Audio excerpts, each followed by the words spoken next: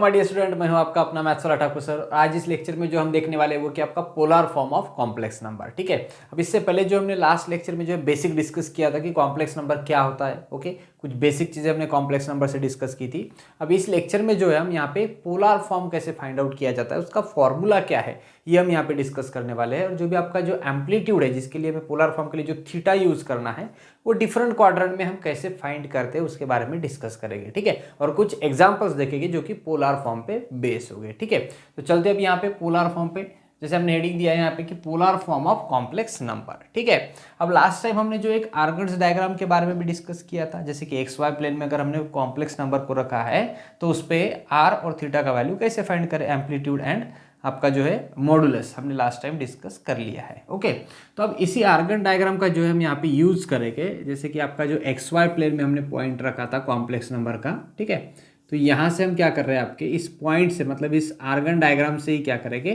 तो polar form find करेंगे। जैसे कि इसमें आर और थीटा का वैल्यू फाइंड हमें यहाँ पे करना है, साथ साथ में एक्स और वाई का वैल्यू फाइंड करना है in the form of R and theta. ठीक है, तो यहाँ पे हमने कहा था ये आपका परपेंडिकुलर ड्रॉ किया, यहाँ से जो एंगल फॉर्म होता है with positive direction of x axis, this angle is nothing but theta. Okay, यहाँ पे हमने एक पॉइंट पी लिया था जहाँ पे हमने उसके कोऑर्डिनेट एक्स और वाई बताए थे। अभी जो भी एक्स वाई कोऑर्डिनेट हमने जो यहाँ पे दिखाया है वो किसके लिए था, हमने यहाँ पे हमें लिखना है कि if z is equals to X plus I Y be any complex number, be any complex number. ठीक है, कोई हमने एक कॉम्प्लेक्स नंबर कंसिडर किया है z is equals to X plus I Y, जो कि फर्स्ट क्वाड्रेंट में बिलोंग कर रहा है, बिकॉज एक्स और वाई यहाँ पे दोनों भी पॉजिटिव है, इसलिए फर्स्ट क्वाड्रेंट में है। अगर फर्स्ट क्वाड्रेंट में है तो यहाँ पे ये एंगल थीटा है आपका with positive direction of x axis. ठीक है, इसको हमने एक्स कहा था, ये वाई कहा था और इसको आर से डिनोट किया था। ठीक है, तो अब यहाँ पे देखो complex number x plus I Y है, तो हमें एक्स और वाई का वैल्यू जो कार्टेशियन फॉर्म में है, ये जो आपका एक्स और वाई, ये कार्टेशियन प्लेन के कोऑर्डिनेट है।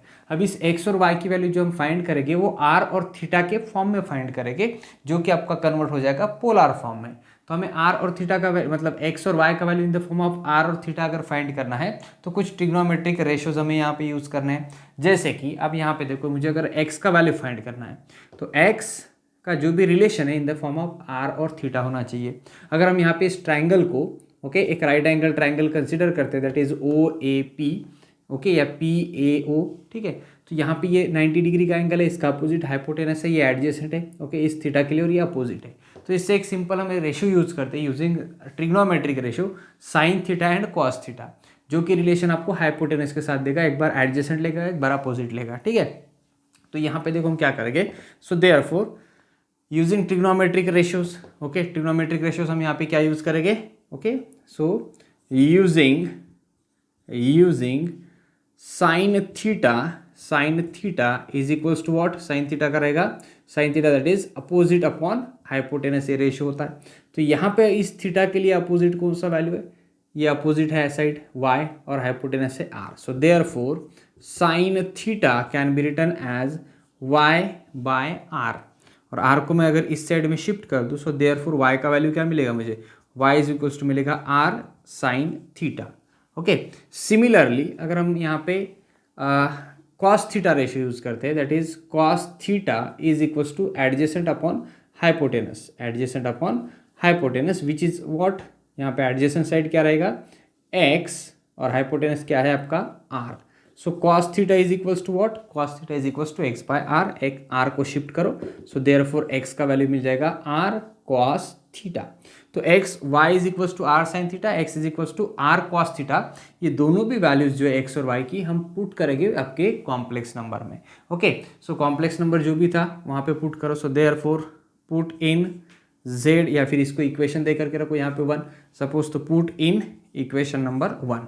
सो therefore z is equals to what, तो z का वैल्यू क्या मिलेगा, z is equals to x it means what, that is r cos theta plus I into y. So I into y. Y is what?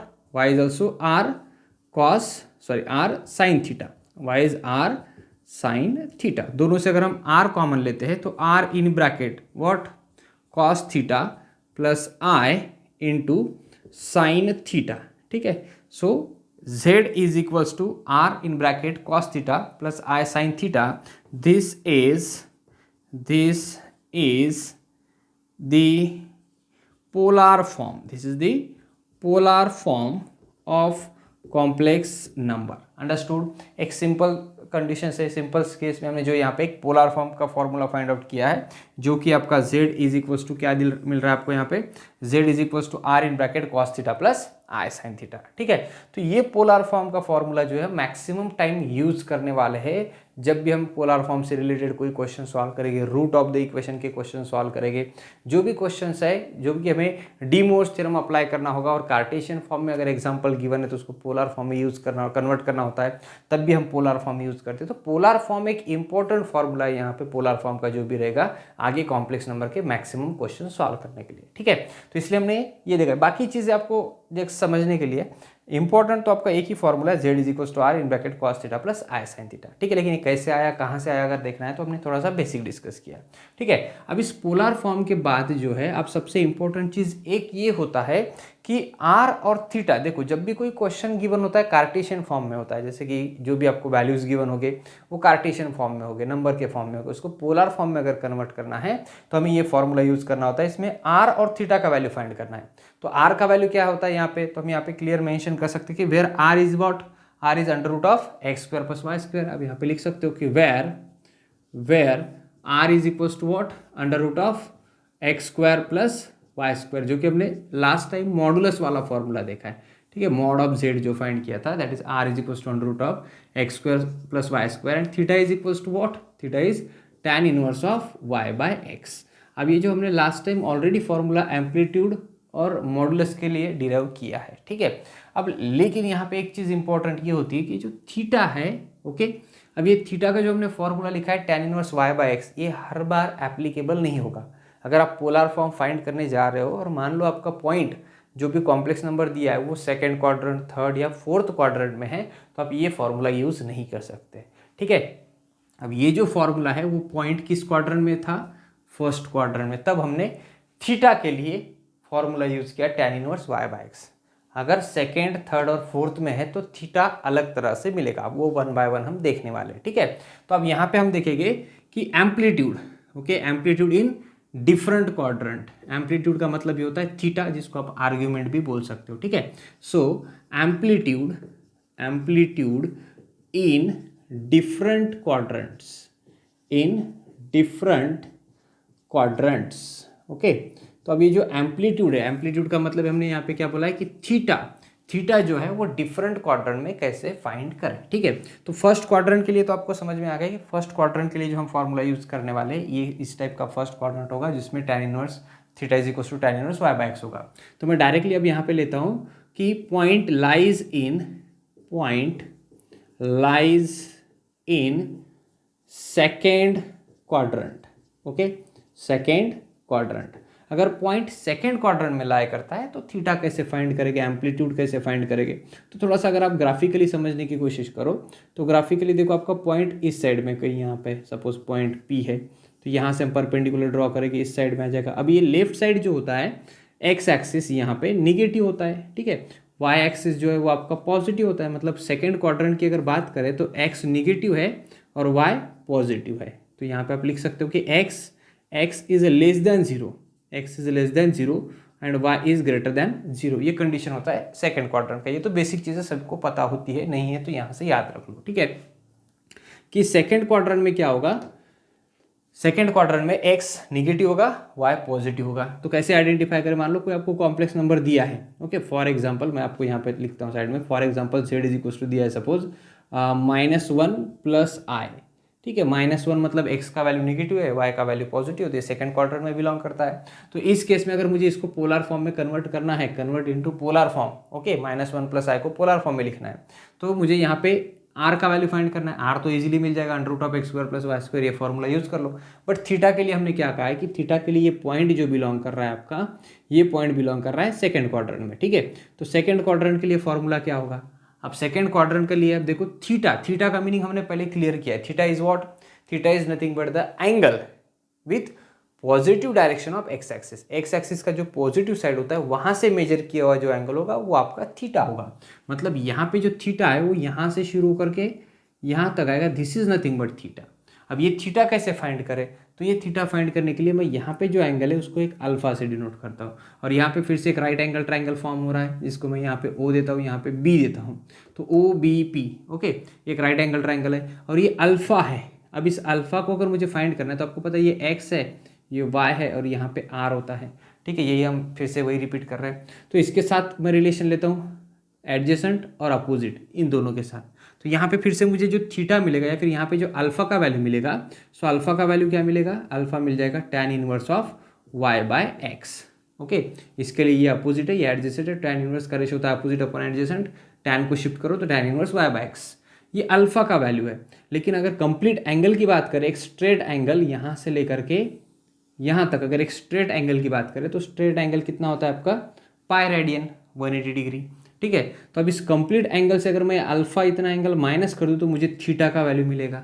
सो यहाँ पे theta किस तरह से मिलेगा, so theta is given by what, theta कैसे मिलेगा, तो theta is equals to pi minus alpha. Alpha भी बोल सकते हो आप, पहले जो ये है अल्फा जो है पूरे कंप्लीट पाई रेडियन से अल्फा को माइनस करो तो थीटा का वैल्यू मिलेगा। और अल्फा का वैल्यू क्या फाइंड किया आपने अभी यहाँ पे, alpha is nothing but what, tan inverse y by X. So therefore second quadrant में थीटा क्या मिलेगा, pi minus tan inverse of y by X. तो ये थीटा होता है आपका जब point lies in second quadrant है, मतलब अगर आपका कॉम्प्लेक्स नंबर सेकंड क्वाड्रेंट में बिलोंग करता है।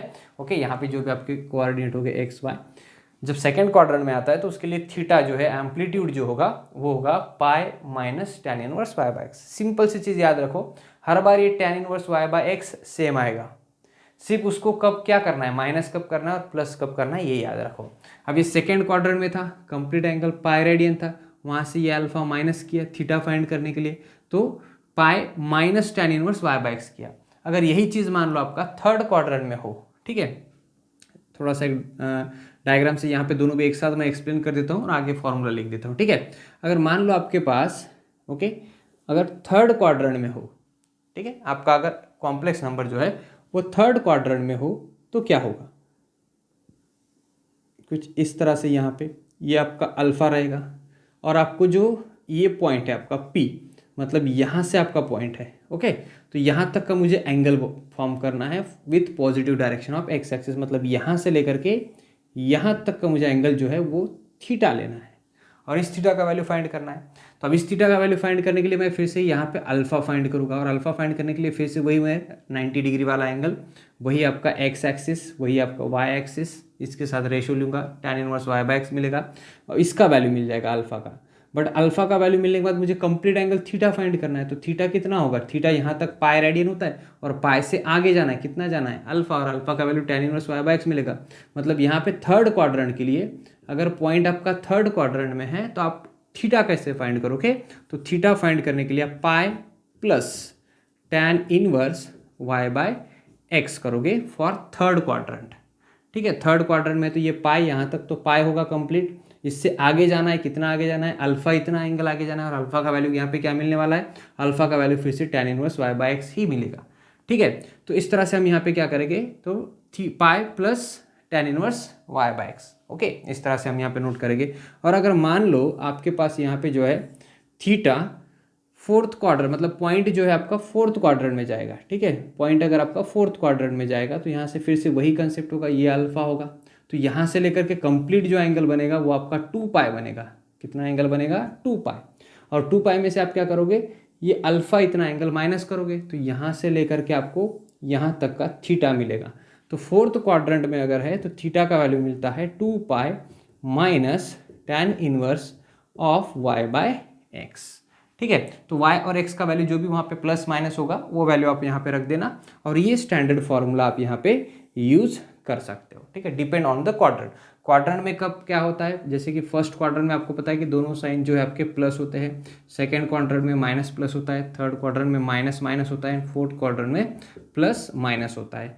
तो ये साइन आपको पता होने चाहिए क्वाड्रेंट के हिसाब से, तब आपको x और y का वैल्यू जो है कंपेयर करके फाइंड आउट करना होता है। जैसे कि मैंने फॉर एग्जांपल बताया था, ऐसे एक्स वाई का वैल्यू कंपेयर करके आप निकालोगे, पॉजिटिव निगेटिव देख करके क्वाड्रेंट डिसाइड करोगे और क्वाड्रेंट के हिसाब से आप थीटा फाइंड करोगे। ठीक है, ये जो हमने बताया ये किसके लिए है, आपका सेकेंड क्वाड्रेंट, ये आपका थर्ड क्वाड्रेंट और ये है आपका फोर्थ क्वाड्रेंट, इस तरह से थीटा। और फर्स्ट क्वाड्रेंट के लिए तो पता है, फर्स्ट क्वाड्रेंट के लिए थीटा का value tan inverse y by X. तो ऐसे 4 क्वाड्रेंट के लिए अलग अलग तरह से जो है आप थीटा मतलब आपका एम्पलीट्यूड फाइंड करोगे और फिर पोलर फॉर्म वाला फॉर्मूला यूज करके पोलर फॉर्म फाइंड करोगे। ठीक है, तो आई होप कि आपको ये जो चीज़ है, बेसिक कंसेप्ट है, इजीली समझ में आया होगा। थोड़ा सा अगर नहीं समझा तो आप इसको रिपीट देख सकते हो और उनको जो भी डाउट है वो क्लियर कर सकते हो। क्वाड्रेंट के हिसाब से थीटा फाइंड करना होता है, हर बार थीटा का ये फॉर्मूला यूज नहीं होगा। अंडरस्टूड? अगर फर्स्ट क्वाड्रेंट में पॉइंट है तो ही यूज होगा, अदरवाइज आप जो है क्वाड्रेंट के हिसाब से यहाँ पे फॉर्मूला अप्लाई करोगे। एक्स और वाई का वैल्यू प्लस माइनस जो भी होगा वो वैल्यू यहाँ पे रखोगे और उसको आगे सॉल्व करोगे। अंडरस्टूड? अगर आपको यहाँ पे जो है ये फॉर्मूलीज जो है स्टैंडर्ड फॉर्मूलीज यूज करने, इसको याद रखो। ओके, तो अब यहाँ तक जो हमने कुछ एक बेसिक देखा है, इसके बेस के कुछ एग्जांपल्स देखेंगे कि क्वाड्रेंट वाइज जो है पोलर फॉर्म कैसे फाइंड करें। ठीक है, तो अब चलते हैं एग्जाम्पल पे।